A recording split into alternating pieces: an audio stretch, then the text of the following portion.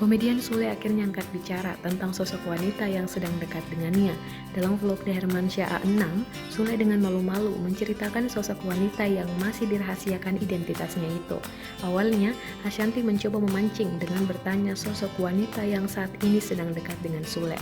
Ya kalau yang sekarang alhamdulillah lah, dia sudah umur 29 tahun, ujar Sule seperti dikutip Kompas.com.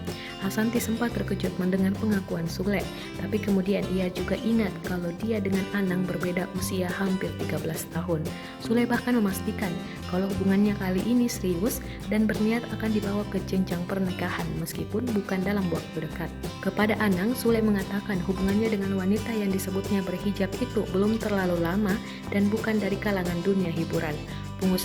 Dia pengusaha, kata Sule.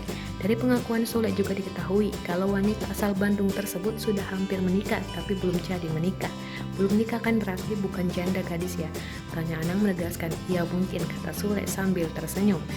Meskipun berniat menikah tahun ini, Sule mengaku anak-anak kecuali Rizky Febian belum kenal langsung dengan sosok wanita tersebut.